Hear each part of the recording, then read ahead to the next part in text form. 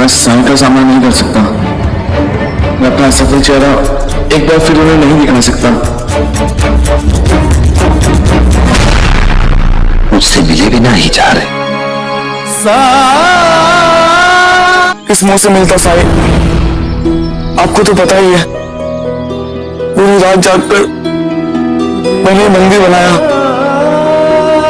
सबसे बेहतर लकड़ी इस्तेमाल की और तो और पति की सलाह भी ली और इसे बेहतर से बेहतरीन बनाया। इससे कोई फर्क नहीं पड़ता कि तुम ये मंदिर आज बेच पाए या नहीं, और वैसे भी ये तुम्हारा पहला दिन था आज। साईं, मुझे दुख इस बात का नहीं है कि मैं अपने मंदिर को बेच नहीं पाया, बल्कि दुख इस बात का है कि बाजार में एक और दुकानदार था जिसका कोई भी सामान मेरे मंदिर जितना अच्छा नहीं था, ना ही मजबूती में और ना ही कारीगरी में। फिर भी उसने अपना मंदिर एक ग्राहक को 2 रुपए में बेच दिया, और ये वही ग्राहक था जिसे मेरे मंदिर के 2 रुपए महंगे लग रहे थे। मुझे समझ नहीं आ रहा साईं, मुझे मेरी मेहनत का फल क्यों नहीं मिला? मेरे साथ ही ऐसा क्यों होता है साईं? क्योंकि सफलता के लिए एक और चीज की जरूरत भी है, और वो है दृढ़ता।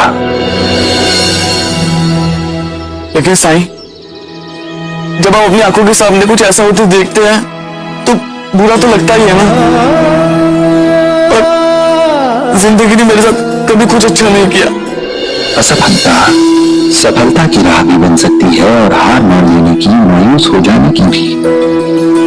ये पूरी तरह से तुम पर निर्भर करता है कि तुम असफलता को किस रूप में देखते हो, किस राह पर आगे बढ़ना चाहते हो। पर मैं इतना जरूर कह सकता हूं कि सफल होने के लिए खुद को समय और परिस्थिति के अनुसार ढालना होता है। मैं कुछ समझा नहीं साईं। आओ मेरे साथ, राम जी भला करें। रुको बलराम, उस बर्तन से मेरे लिए हथेली में पानी भर कर लाओ। जाओ। रुको, उस बर्तन से नहीं, मुझे उस कुएं से पानी ला कर दो, हथेली में। साईं, मटके से अपने चुल्लू में पानी भर के ला सकता हूँ, लेकिन कुएं से कैसे निकालूंगा? पानी तो अंदर गहराई में है और मेरे हाथ वहां तक नहीं पहुंचेंगे। तो तुम्हारे कहने का मतलब यह है कि कुएं से पानी नहीं लाया जा सकता? निकाल सकते हैं साईं, बाल्टी रस्सी से। बलराम, जीवन में परिस्थिति और समस्याएं हमेशा एक जैसी नहीं होती हैं। जैसे इस बर्तन, झील, तालाब या कुएं से पानी लाने के लिए हमें अलग अलग तरीकों को अपनाना होता है, ऐसे ही जीवन में परेशानी और समस्याओं का सामना करने के लिए हमें खुद को बदलना होता है। अपने इरादे पर अटल रहो, अपनी दृढ़ता बनाए रखो।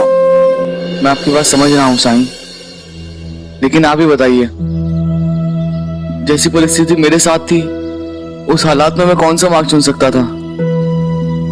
कम दाम में बेचता तो मेरी कमाई कुछ भी नहीं होती। मैं तुमसे यह नहीं कह रहा हूं कि तुम अपनी चीज को कम दाम में बेचकर अपना नुकसान कर लो, परंतु जो व्यक्ति तुमसे अपने मंदिर की मरम्मत कराना चाहता था, उसे वापस भेजकर तो तुमने अपना नुकसान कर लिया ना।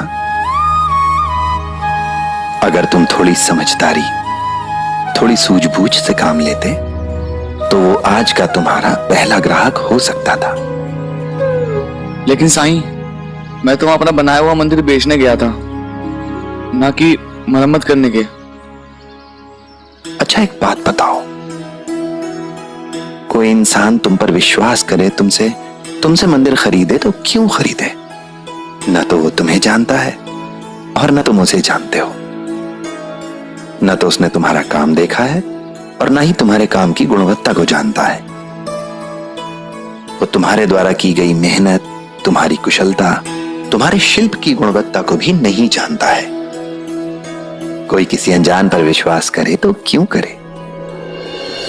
बलराम, व्यापार संबंधों से ही चलता है, और संबंध तभी बनेंगे जब तुम लोगों से मिलोगे, उनसे बात करोगे, उनकी मदद करोगे। अगर तुम किसी की मदद करोगे तो ही इंसान तुम पर विश्वास कर पाएगा, भरोसा कर पाएगा। और जब तुम पर विश्वास करेगा तो तुम्हारे बारे में अन्य 4 लोगों को भी बताएगा वो।